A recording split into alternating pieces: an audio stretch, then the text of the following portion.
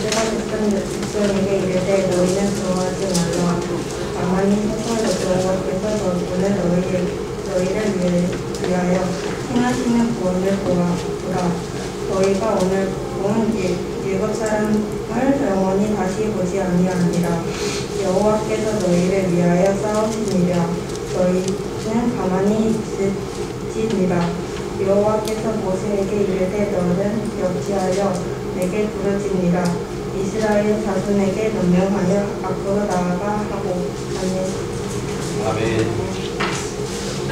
오늘 함께 읽은 출애굽기 14장 13절부터 15절의 말씀을 본문으로 순종하는 삶의 비결, 이런 제목의 말씀을 함께 나누기를 원합니다.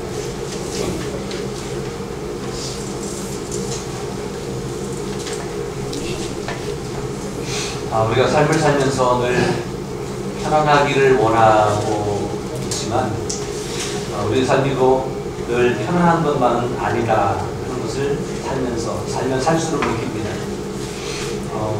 우리 예수 믿는 사람들도 마찬가지입니다. 예수를 믿고 주님 안에 거하면 모든 일이 잘 되고 편안한 일만, 좋은 일만 생길 것을 기대하지만 사실은 그렇지 않은 것이 우리들의 현실입니다. 그러나 이런 때로는 불편하고 힘든 세상을 살아가면서도 우리는 믿음 안에 있어야 되고 믿음으로 주님의 말씀에 순종함을 통해서 그 인생을 성공적으로 승리하는 인생으로 만들어가야 되는 것들이 또한 우리들의 숙제가 아닌가 생각을 합니다. 출애굽기의 말씀을 지난주에 이어서 보고 있는데 모세가 인도하는 이스라엘 백성들이 애굽에서 나왔습니다. 그리고 이제 하나님의 뜻을 따라서 광야의 여정을 시작을 합니다.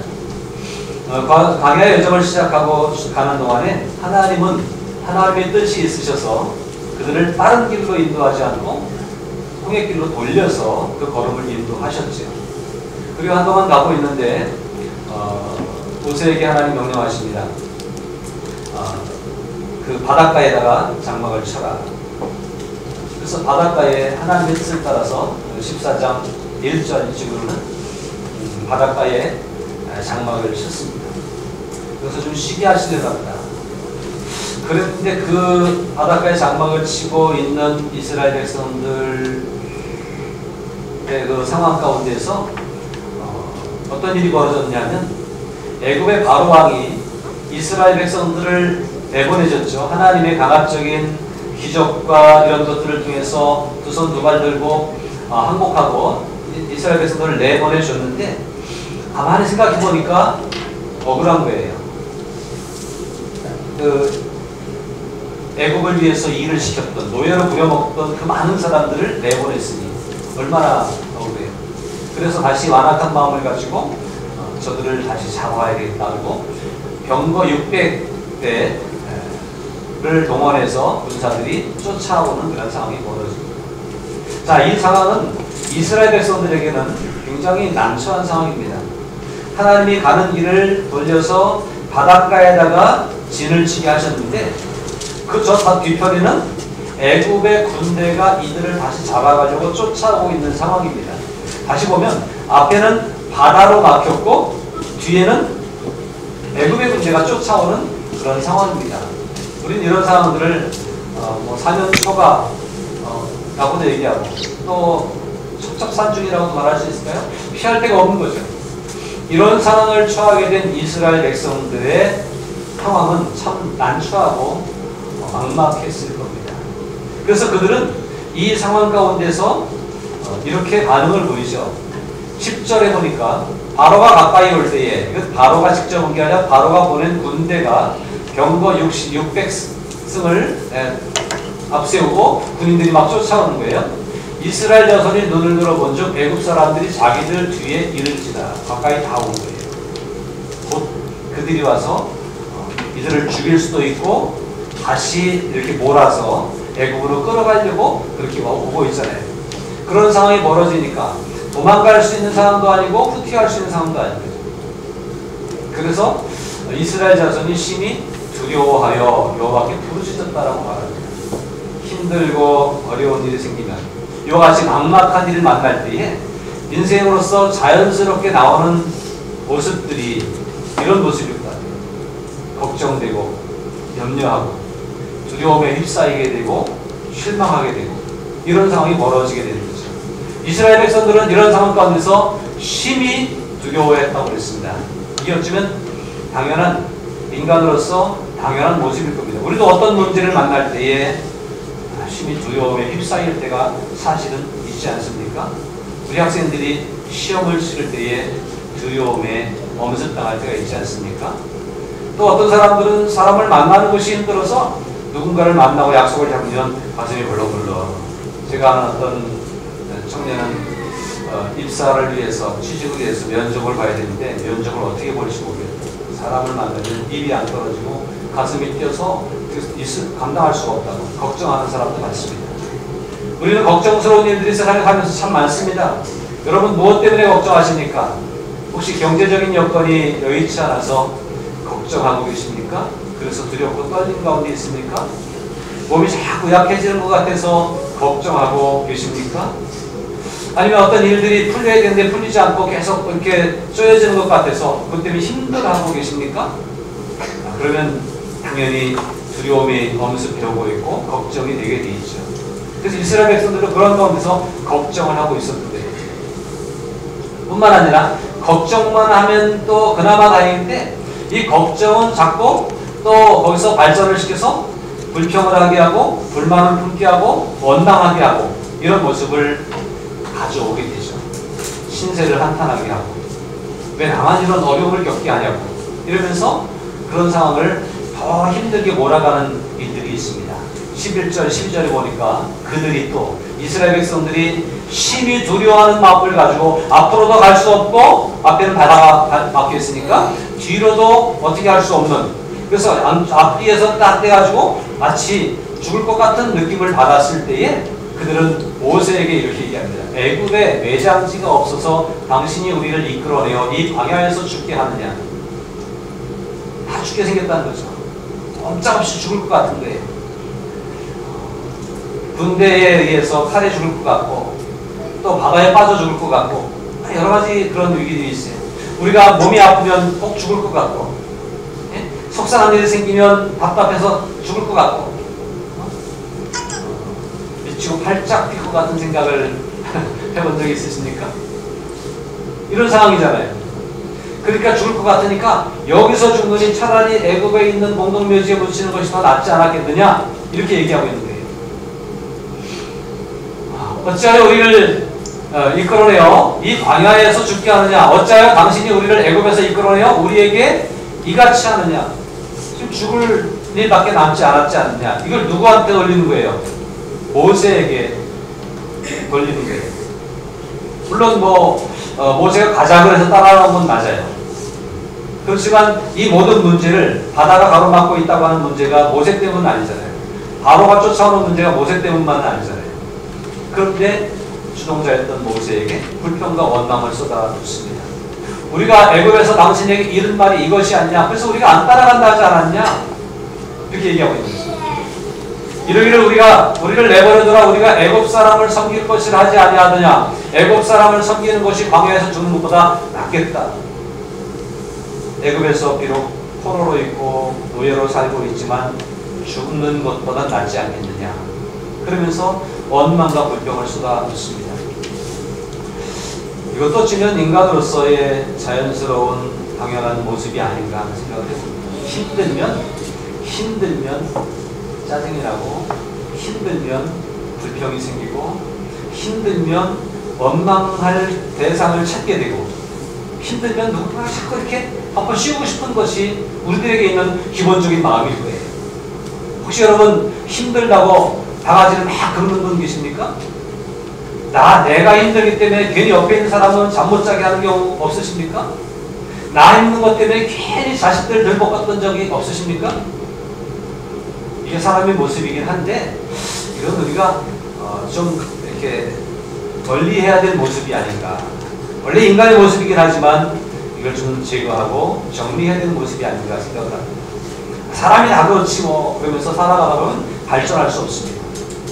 그리고 우리는 하나님의 사람으로서 하나님의 뜻에 순종하며 살아가야 되는데, 그리고 원망과 불평을 쏟아볼 때에 어떻게 순종할 수 있겠어요?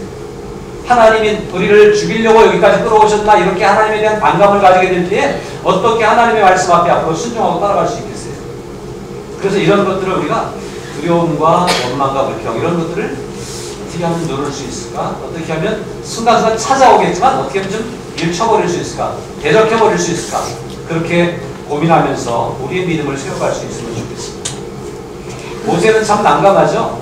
하나님이 모세에게 지시하신 대로, 모세도 마찬가지예요. 안 한다고 했던 일을 하나님이 지시하시니까 순종해서 이 일을 한 거잖아요.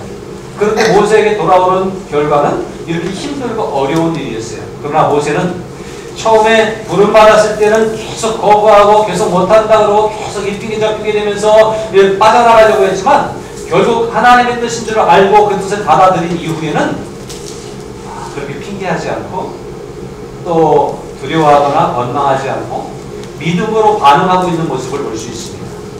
그래서 전 모세를 생각할 때 어쩌면 저렇게 위대한 지도력을 발휘할 수 있을까, 그런 생각을 해요. 참 모세에게 있어서 가장 멋있는 모습은 뭐냐면요, 홍해바다 앞에 가로막고 있는데 지팡이를 들어서 쫙 내미는 거예요.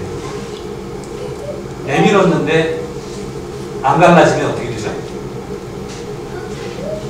하나님이 손을 내밀으라 그랬는데 쫙 순종해서 내밀었는데 안 갈라지면 얼마나 무관해요.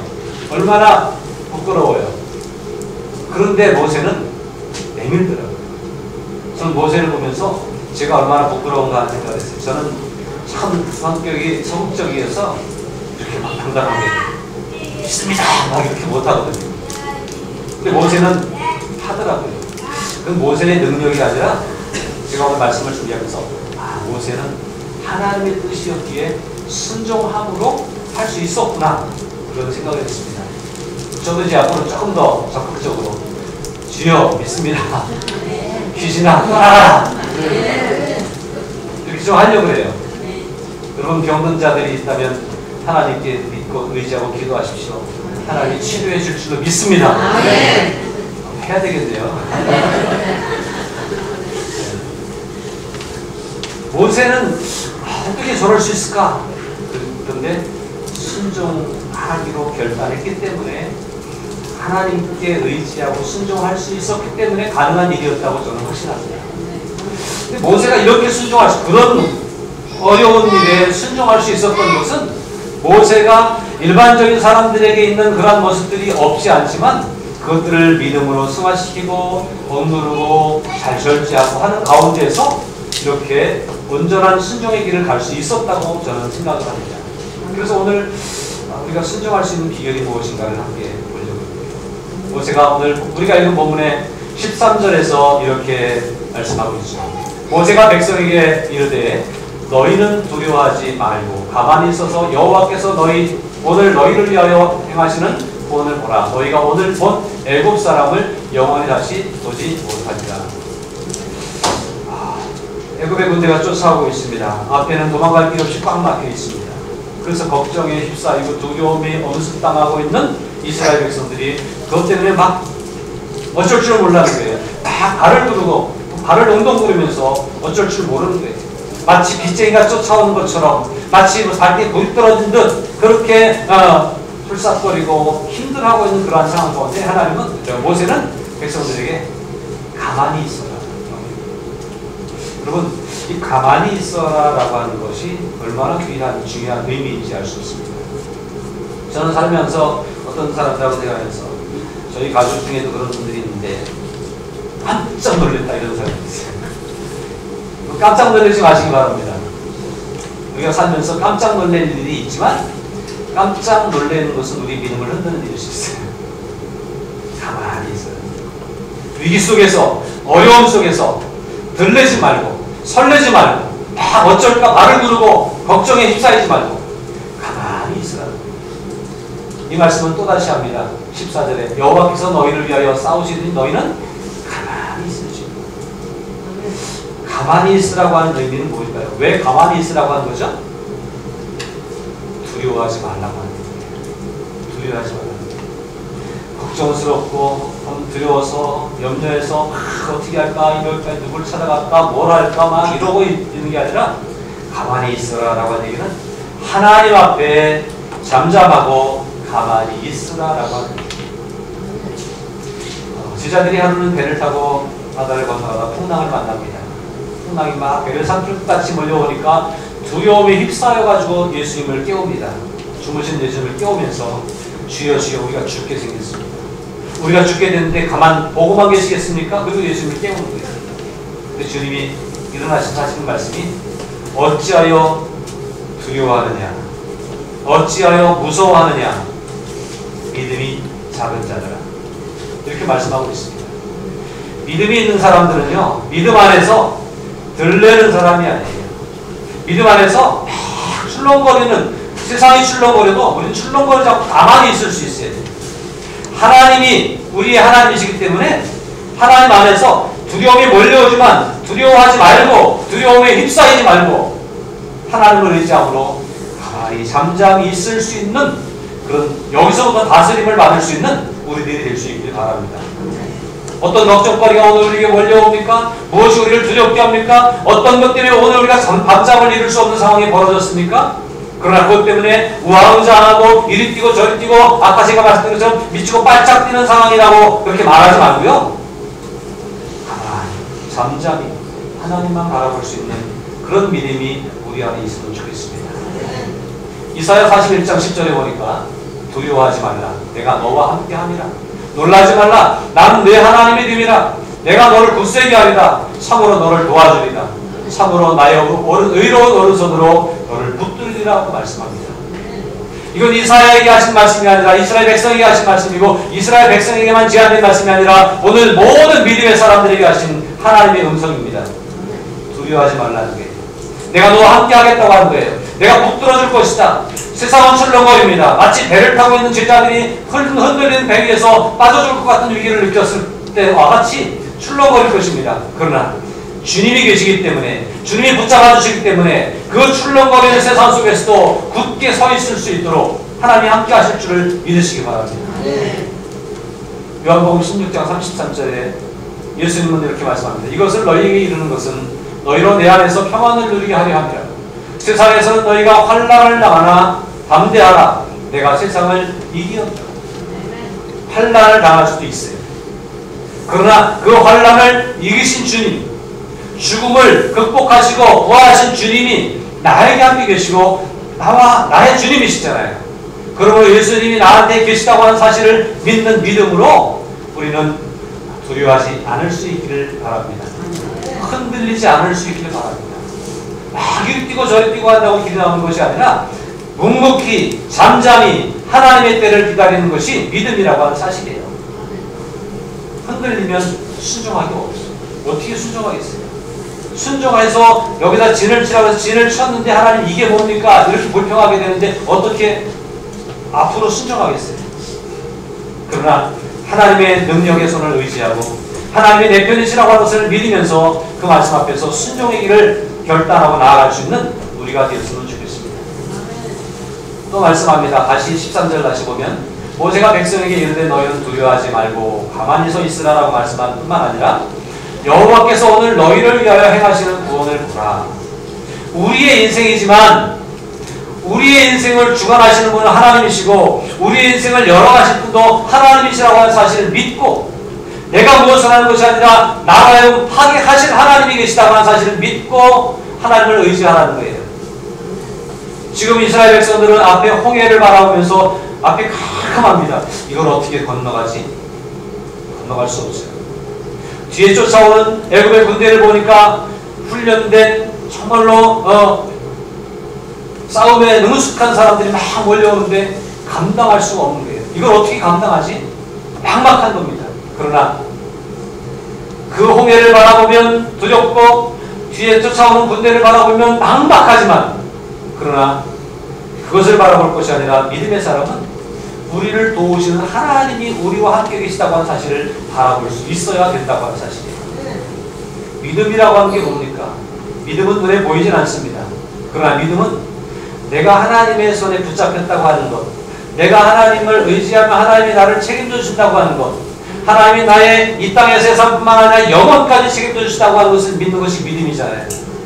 영원까지 책임져 주신 하나님이 오늘의 이 문제를 해결해 주지 못하시겠어요? 그러므로 그 하나님을 바라볼 수 있는 시각이 되어져야 돼요. 우리를 두렵게 하는 세상의 어떤 문제들을 바라보고 이것 때문에 힘들고 저것 때문에 힘들고 이것 때문에 못 살겠다고 할 것이 아니라 그것들을 바라보는 시각을 잠깐 눈을 닫고 우리를 도우시는 전능하신 하나님을 바라볼 수 있는 시각이 우리 가운데 열려질 수 있기를 바랍니다. 하나님이 안 보이면 세상만 바라보면 힘든 일이 쌓여 있어요. 우리가 원망과 불평거리가 계속 쏟아져 나올 것입니다. 그러나 하나님을 바라보세요. 그래도 하나님이 나를 사랑하신다는 거예요. 그리고 하나님은 내 편이시라고 하는 거예요. 그 하나님이 오늘 나에게 가만히 있으라고 말씀하시고 그 하나님이 오늘 내게 염려하지 말라고 말씀하시고 그 하나님이 내게 문제를 해결해 주시겠다고 약속하고 계십니다.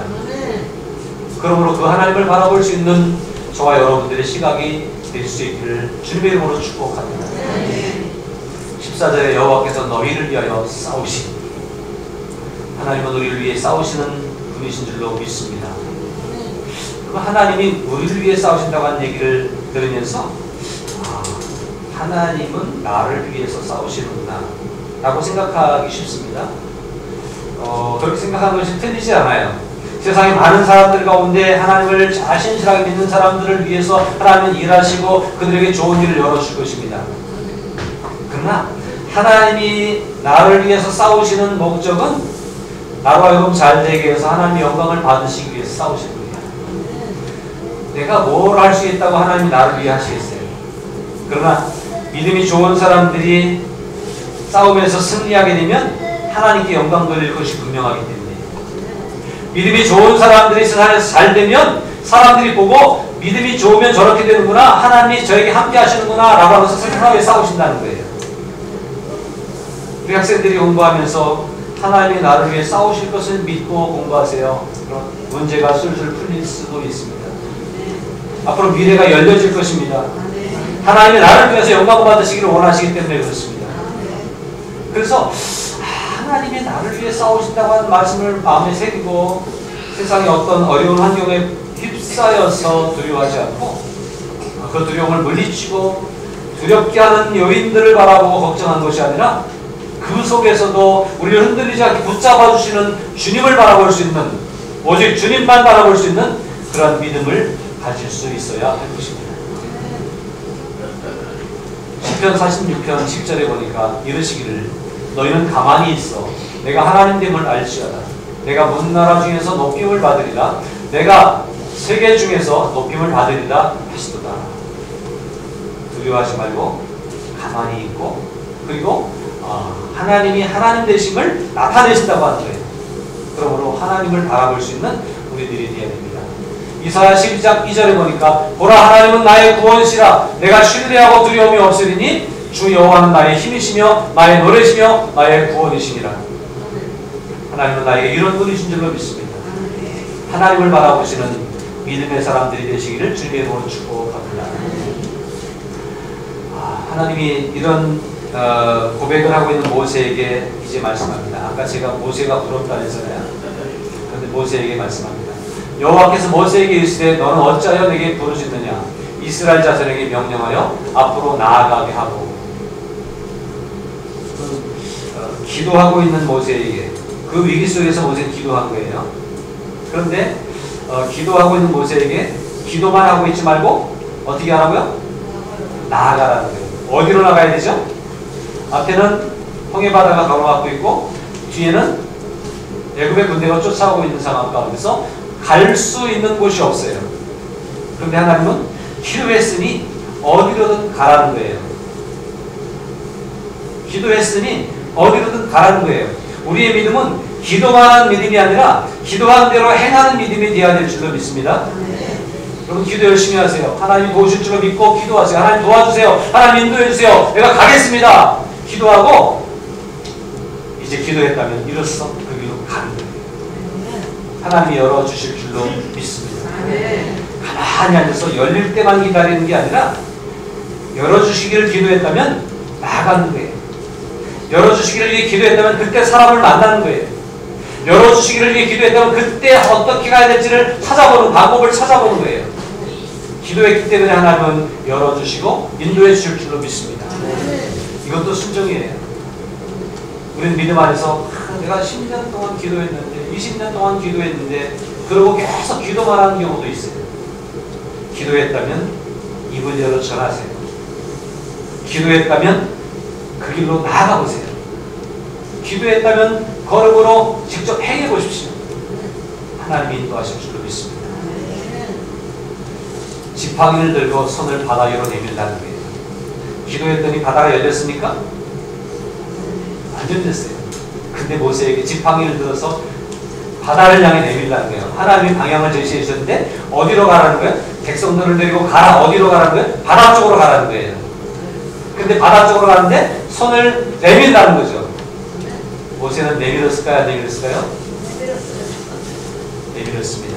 21절 모세가 바다 위로 손을 내밀매 여호와께서 큰 동풍이 밤새도록 바닷물을 물러가게 하시니 물이 갈라져 바다가 많은 땅이 된지라. 순종하고 손을 내밀었을 때 길이 열렸습니다. 기도하고 앉아있을 때 아직 아무 반응도 없었어요. 그런데 순종하고 손을 내밀었을 때 길이 열렸고 그 길로 이스라엘 백성들이 지나갈 수가 있게 되었습니다. 이스라엘 백성들이 지나가니까 애굽의 군대도 지나갈 수 있겠죠. 이스라엘 백성들이 지나간 후에 애굽의 군대가 병거를 이끌고 그 길로 들어왔습니다. 근데 하나님이 모세에게 또다시 말씀하십니다. 여호와께서 모세에게 이르시되 내 손을 바다 위로 내밀어 우리 애굽 사람들과 그들의 병거들과 마병들 위에 다시 흐르게 하라. 바다가 갈라져서 길이 됐었는데 다시 손을 내밀면 다시 바다가 되게 하신다는 거예요. 마치 이스라엘 모세를 처음 부르실 때 내 손에 있는 것이 무엇이냐? 지팡이입니다. 그것을 던져라 때 뱀이 됐어요. 깜짝 놀랐습니다. 그런데 그 뱀 꼬리를 잡으라는 거예요. 다시 잡았습니다. 뭐가 됐습니까? 지팡이가 됐어요. 이 지팡이는 하나님이 뱀이 되게도 하시고 다시 지팡이가 되게도 하시는 역사를 모세에게 보여주셨던 지팡이에요. 그 지팡이를 들어서 바다를 가리니까 길이 열리기도 하고 또 바다를 향해 손을 지팡이를 들면 다시 바다가 되는 그런 일들을 이루시겠다는 거예요. 그래서 순종했더니 27절에 모세가 손을 들어 손을 바다 위로 내밀매 새벽이 되어 바다의 힘이 회복된지라 애굽 사람들이 물을 거슬러 도망하나 여호와께서 애굽 사람들을 바다 가운데 푸셨다고 말하고 있습니다. 순종의 위력입니다. 순종했더니 길이 없었는데 길이 생겼습니다. 하나님 앞에 믿음의 순종을 결단하고 나아가는 우리 가운데 인생에 어떤 문제가 발생한다 할지라도 하나님은 길을 열어 주실 줄로 믿습니다. 다시 순종하면 나는 건너가지만 다시 순종하고 담대하게 손을 내밀 때 그 길이 없어졌습니다. 그러니까 믿음의 사람은 그 길을 갈 수 있지만 믿음이 없는 사람은 그 길을 갈 수 없다. 오직 믿음의 사람만이 갈 수 있는 길이 순종하는 사람에게 열려진다고 하는 사실을 믿으시기를 바랍니다. 어떻게 순종할 수 있었죠? 두려움이 몰려왔지만 두려움을 잠재우고 하나님 앞에 가만히 너무 무섭지만 모든 것들이 나를 힘들게 하고 어렵게 하고 나에게 괴로움을 주고 있지만 그러나 그걸 두려워하지 않고 하나님 앞에 가만히 엎드려 기도하는 믿음이 우리에게 순종할 수 있게 하는 거예요. 우리의 힘으로 순종하는 게 아니라 내 결단으로 순종하는 것이 아니라 내가 하나님 앞에 묵묵히 잠잠히 엎드려 기도할 때 순종할 수 있는 힘을 주시는 줄로 믿습니다. 환경을 바라보고 어려움을 바라보고 고난을 바라보고 역경 속에 빠져서 두려움에 엄습당하지 아니하고 하나님께 기도함으로 그것을 바라보지 않고 주님만 바라보므로 전능하신 하나님, 우리 편이신 하나님, 나와 함께 계신 하나님, 내 길을 열어주실 하나님을 바라보므로 우리의 두려움은 사라지고 우리로 하여금 그 길로 나아갈 수 있는 용기와 힘을 주시는 줄로 믿습니다. 두려워하지 마십시오. 가만히 묵묵히 기도하십시오. 그리고 그 상황 가운데서 어려운 여건을 바라보면서 걱정하지 말고 그 문제를 해결해 주시는 그 문제보다 훨씬 크신 주를 바라봄으로 그 말씀 앞에 순종하시기 바랍니다. 기도하는 사람은 기도만 하는 것이 아니라 걸어가는 거예요. 용기를 가지고 담대하게 걸어가는 거예요. 그러면 길이 열릴 줄로 믿습니다. 저도 이 말씀을 준비하면서 내가 내가 더 힘차게, 더 담대하게 손을 내밀어야 되겠다고 생각을 했습니다. 여러분들도 담대하게 선포하십시오. 그리고 하나님의 말씀을 의지하고 당당하게 발을 내딛으시기 바랍니다. 그 길이 하나님이 열어주시는 길이 될 줄로 믿습니다. 저와 여러분의 삶 가운데 하나님이 함께 하심으로, 순종함으로 하나님이 함께 하셔서 그 길이 활짝 열리는 대로가 펼쳐지기를 주님의 이름으로 축복합니다.